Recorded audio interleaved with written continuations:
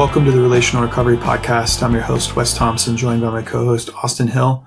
Today we're talking about forgiveness and trust and how we cultivate those two things within the context of relationships. So we hope this conversation is helpful. Thanks for listening.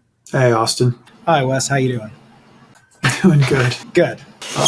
It's always funny when we talk a little bit before this and then we click record and say hello again. But here we are. Yep. Mm-hmm. I've been thinking a lot about forgiveness. We've talked about forgiveness recently, but I think it's such a powerful and difficult reality in life, especially I think as I don't know, maybe people that listen to this will disagree, but I think I'm starting to think, especially as you age, because you go, I don't know about you, but as I get older, I become less naive, and that has a good and bad quality to it. and I think this is how it relates to forgiveness. As I become less naive, and when we talk about naive, I just think of the things that I felt so confident in doing, even just several years ago, that I did not know what I was doing, right? And you learn that as you take risks and do things, and when you set off and do things that you don't have experience doing, you get your butt kicked, and you go through pain, and it's through those kind of painful experiences that you learn and grow. Well, as that naivete wears off and kind of forms into hopefully being more realistic, that's helpful because we can make decisions in a more sober way. We know we're forecasting the pain that might be over the hill, which on one hand we might call wisdom, but where it can, I think, be hard is that in order to avoid pain, we can stop taking those risks, or we can isolate, or we can not be vulnerable. And so I think where this shows up with forgiveness is it's like when I was younger, I was much more trusting of people. I was much more apt to just go for it in all sorts of relationships. And what I mean by that is investing in a lot of different people, extending myself to the point where I had, just because I had so much energy. I didn't have a family. I wasn't married, you're full of life. Life just feels like this endless abundance of energy and possibilities and everything. And then life happens and you go through pain and you go through betrayal. You go through, I'll just say I've gone through betrayal. I've gone through people letting me down, me letting people down, me handling things in ways that I'm like, oh man, I should have done this, should have done that. I'm really grateful that, I can honestly say I've never been in a situation. I thank God for my family and for my surrounding in this, but I've personally never been in a situation where I've intentionally tried to cause someone harm. But I know that in anger and in frustration, I have caused harm and I have made mistakes. And so I've messed up, I've really messed up, and then others have betrayed me. And so you go through these things, right? And then as you get older, it's easier to be overly protective and to not put yourself out there, and to forgiveness becomes, I think, way more complicated, because when I grew up in church or around church, and when people talk about forgiveness, I was just like, yeah, that's great. God forgives me. I'm called to forgive others. And obviously the more acutely aware I am of my shortcomings, I'm like, wow, the fact God could forgive me is pretty remarkable. And then to extend that forgiveness to others is powerful, but it just becomes so hard. Sometimes it's not just the act of forgiving, but being able to draw near to people, knowing that those people might hurt you, or those people might not understand you, or there's just a suspiciousness that can emerge. And I think that this suspicion, this trust, because I think trust obviously has a role to play in this, and how we forgive or how we don't forgive. And I think those wounds we carry, the trouble with trust that we carry, and the unforgiveness that we carry, all play a role in our relational health, and play a role in, if we struggle with addiction, which all of us do to some degree. There's something we run to for comfort. Some of it's more helpful than others, but specifically in our context of drugs and alcohol, I think, I don't know what you'd think about this, but I think forgiveness and trust and all of that play a role in our sobriety, and play a role in even the things that we run to or don't run to for comfort. So I say all that, none of this is prepped. This has just been on my mind. So I'm just going to throw all of that out there as just kind of as a way to maybe intro this. But I'm curious what your relationship with forgiveness is like, and how that intersects with just what you think about relational health, what you think about addiction, and what you think about trust. It's all good. There's, I guess, a bunch of different directions or things come to mind for me. Looking at forgiveness, like the act of forgiveness, I know that I definitely had inappropriate expectations of what it meant to forgive, because I took myself, I would just think, if I'm forgiving somebody, it means that someone in my life, a relationship, or someone did something that took advantage of me or hurt me, or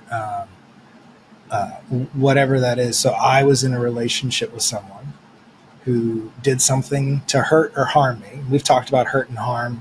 Hurt, isn't it? It can be healthy to hurt somebody with the truth so they, improve, but it's not okay to intentionally harm someone without with the hope and desire for them to grow and be healthier.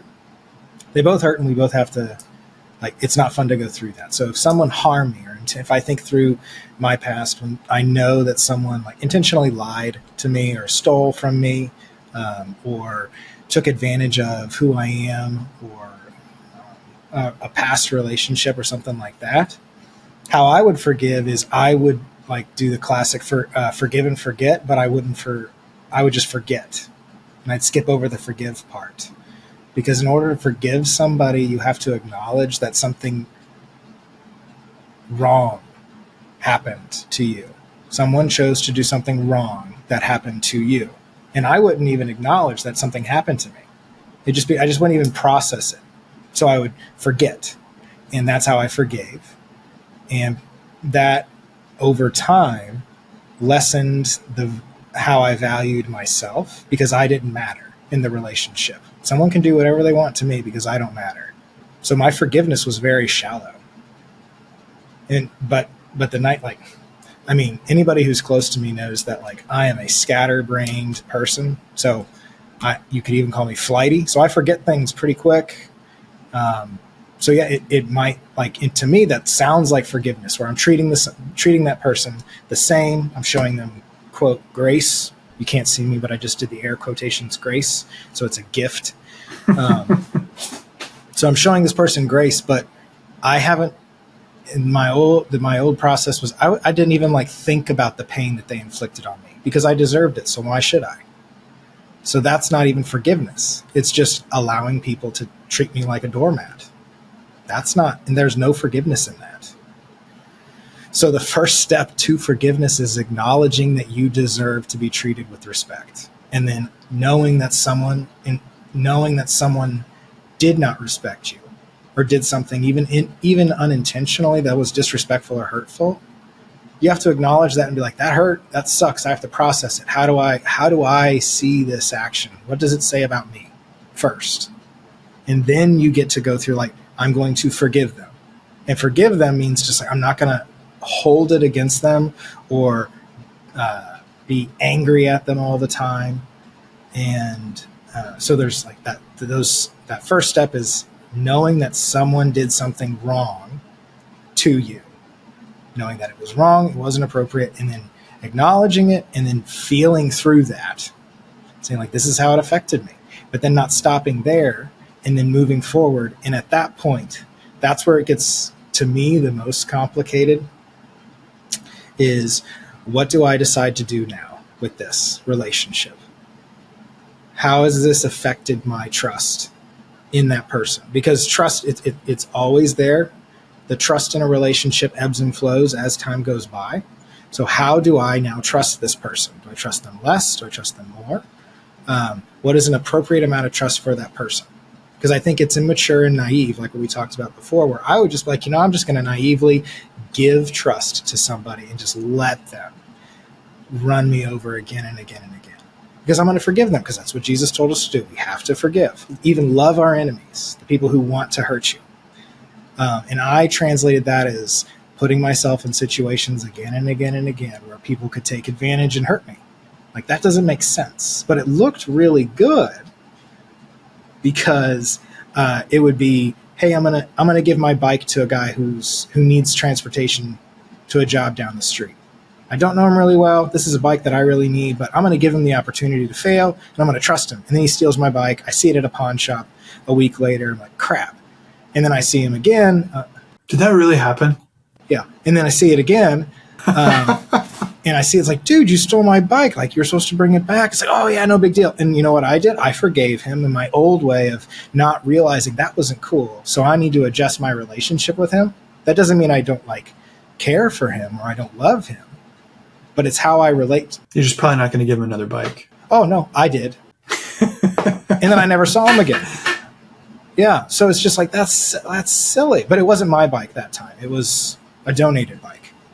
And so it was just like, hey, this is not yours. Please bring it back. I'm going to trust you again. So, but that wasn't, I didn't go through the forgiveness process with that guy. Because maturity shows like, hey, we see people for who they are. Their actions dictate, or should dictate, how we decide to relate to that person. And forgiveness has nothing to do with us loving someone. What it does, what I mean by this, we can love somebody, forgive them, and no longer have a relationship with them. Because that's a consequence to some actions. The relationship changes. If someone abuses you physically. Yeah. If someone manipulates you, if someone goes after you, you can forgive them and then decide. The healthy thing is like, I can't be in a relationship the same way I was before. I forgive them and I love them, but I'm going to keep them at arm's length with some things. That doesn't mean we don't love them. It's, how do I appropriately trust people? So to avoid the isolation that comes with it, it's knowing that everybody in our lives is going to hurt us in some way. And we shouldn't fear relationship because of that. It's how we relate to those people. Because like, the people we care about the most are the ones that hurt us the most, and they're the ones that we show forgiveness to the most. And I can say that, and I can hear guys going like, why am I in a relationship with anybody? It's because it is also true of you. The person that you're closest to, you hurt the most too, and they show forgiveness to you. So if there is no forgiveness, there is no growing in relationship. Yeah. Man, you said so many good things there, and I know we don't have a lot of time today. So I think maybe one of the helpful things that stands out, I mean, there's a lot there, but just one of the practical things that we could like take from this that you and I've talked about a lot, Austin, is just the difference between forgiveness and consequences. Because the act of forgiveness, like because I think it might be helpful just to define these things, right? The act of forgiveness is like me letting go. Like if I forgive you, it's me letting go of the anger, like me letting go of like the debt that I feel like you owe from what you've done to me. Me just letting go of that. That does not mean though that there will not be consequences. So for example, it's like the thing you said about the bike, right? It's like you can forgive that guy, like you can let go of the anger and the feeling of betrayal, and basically like that you're owed something. You can let go of that, but it did come at a cost. You did lose your bike. So forgiveness is costly. You're not going to get your bike back, right? But you can let go of the anger that you feel towards him. Now, there can still be a consequence though with forgiveness, because like as we grow, and I've done the same thing. So I'm not giving you a hard time, but you're the one that brought it up. So, but I think as we grow in wisdom, we realize next time I'm not going to give a bike to that guy though. That's the consequence, right? I'm not going to, like, I can forgive him, but not do the same thing again. So there's consequences with forgiveness. Because I think sometimes when we think about forgiveness, we think about, and even Jesus talking about, continue to forgive people. And we interpret that as we're called to be doormats, like you said. And that's not the principle. That's not the principle there. That's not the principle there. There's a difference between forgiveness and consequences. And I think within that too, another thing to consider is that different offenses result in different consequences. That's why, like, my spouse, I have to forgive the most because, like you said, she's the closest to me, and that's true. But if I physically assault her, which I've never done, right? But if I physically assaulted her, the consequence for that is going to be different than if I have a bad day and I say something that is me being a jerk. Me being a jerk's a problem. I'm going to need to ask for forgiveness, and I'm going to need to change my tone and my behavior as a result. But like the consequence for that's going to be different than if I do something else. And so I think that's an important distinction for this audience, right? And for us to remember, because forgiveness is costly, but forgiveness doesn't mean there aren't consequences attached to our behaviors. Yeah, because I think I think we cannot connect forgiveness to the reconciliation of a relationship. Two separate things. Absolutely correct. Yeah, because the forgiveness is almost it's one-sided, but what forgiveness does do for the other person is give the opportunity for that relationship to heal in the new way that it's going to have to look. So forgiveness, I think, gets put over all these different things, and we want someone to forgive us for the things we've done in our past, but that there's consequences with that, and it affects the relationship and how we relate to each other in the future. And then that's a whole other process. So it's like for guys who are hearing this, like, my family can't forgive me, or they said they forgave me, but they're still questioning like my motives. They're not letting me drive the car by myself. They don't trust me to do small things. I thought they forgave me. Like, they might have, but it takes time to build that trust back up, because oftentimes the things when we hurt somebody, we lower the amount of trust that someone wants to offer us, and we have to build that back up. And that takes time, and that takes time. And it's not like, well, just because I built trust in one thing, like I'm going to do what I say I'm going to do. I could grow in trust over there, but like there might be another side of our relationship or part of it that it's just there needs to be more time and more opportunity to show that we have changed to build in trust over there. So we're not these one-dimensional like people. Our relationships aren't one thing. There's multiple things going on in a relationship. And it is worth the hard work to build trust again. Mm-hmm. Yeah. Mm-hmm. You can't force someone to forgive you. That's hard. Like, you just can't. And I think for many of us, like, maybe a last thought we can end on is just if we don't know where to start or really struggle with forgiveness, the first thing I would encourage you to focus on is just to cultivate the ability to forgive yourself. It's interesting, especially in Christianity. There's a call to focus on God, which is good and true and right. To get away from kind of this narcissistic individualism of our society, but at the same time, we often can't move beyond what we have, like ourselves, and what we haven't dealt with. So, like, for example, if I can't forgive myself, trust me, it's going to be really hard to forgive other people. It's going to be really hard. Or I might say I can forgive others, but I don't forgive myself. But like that forgiveness is going to be convoluted. We have to learn we have to start with that relationship with self and God in terms of forgiveness, because if I don't deal with my own personal woundedness, I'm going to take that with me in how I relate to other people.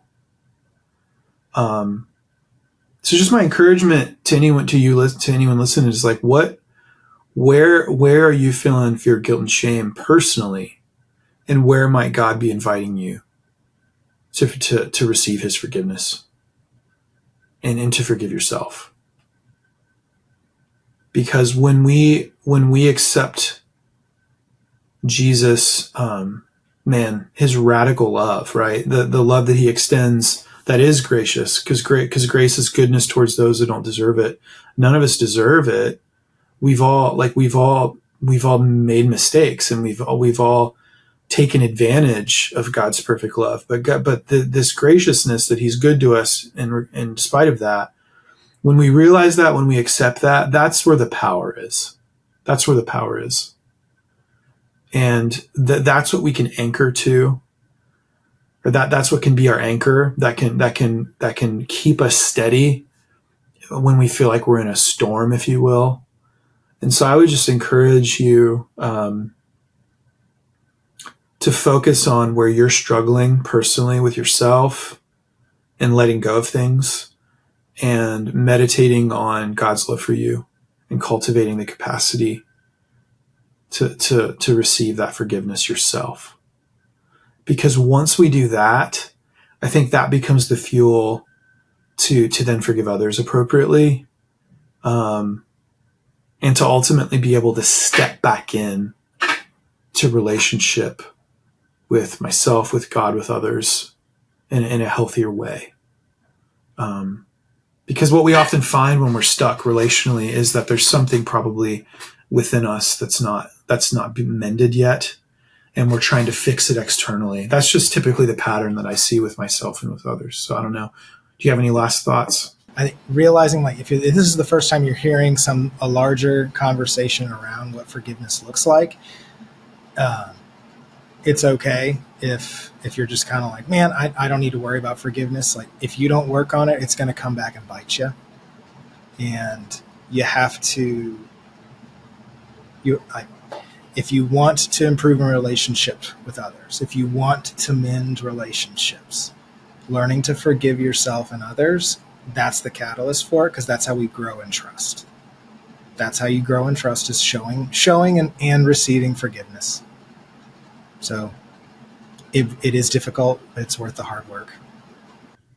Thanks for listening to this episode of the Relational Recovery Podcast. We'll be back soon with a new conversation. We'll see you then.